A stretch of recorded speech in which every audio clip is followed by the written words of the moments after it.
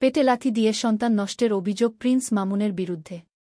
ছবি সঙ্গে আলোচিত TikTok content creator Laila Akter ও প্রিন্স মামুনকে ঘিরে নতুন বিতর্ক। এবার টিকটকার অনামিকা ঐশীসহ একাধিক নারী প্রসঙ্গে বিবাদে জড়িয়েছেন এই টিকটকার জুটি। সম্প্রতি বিভিন্ন সামাজিক যোগাযোগ মাধ্যমে ছড়িয়ে পড়েছে টিকটকার ঐশী ও মামুনের একাধিক ভিডিও। সেখানে দেখা যায় অন্তরঙ্গ অবস্থায় সময় কাটাচ্ছেন তারা। শুধু তাই নয়, টিকটকার মামুনকে একাধিক মেয়ের সঙ্গে ঘুরতে দেখা যায় বলে দাবি করেছেন লায়লা।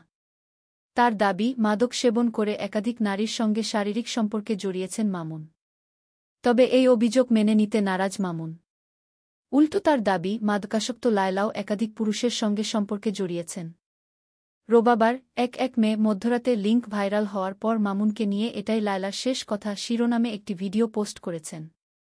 যেখানে লায়লাকে বলতে শোনা গেছে, সব সময় আপনারা আমাকে খারাপ চোখে দেখেছেন। আপনারা মনে করেন আমিই ভিলেন। কিন্তু বলে রাখি, একজন প্রাপ্তবয়স্ক মানুষকে কখনো আটকে রাখা যায় না।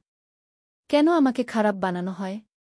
তিনি যোগ করেন, আমি মামুনকে নেশা করতে বাধা দেই, মদ না খাওয়ার জন্য বলি আর মেয়েদের সঙ্গে নষ্টামি করতে নিষেধ করি। এই ৩ কারণে আমাকে খারাপ বানানো হয়েছে, হয় এবং আগামীতেও হবে।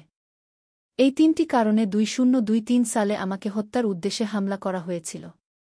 আলোচিত এই টিকটক অভিনেত্রী ভিডিও বার্তায় দাবি করেছেন, প্রিন্স মামুন আমার পেটে লাথি দিয়ে বাচ্চা নষ্ট করেছে। তারপরও কোনো অভিযোগ করিনি। সে মামুন আমার কাছ থেকে অনেকগুলো টাকা নিয়েছে।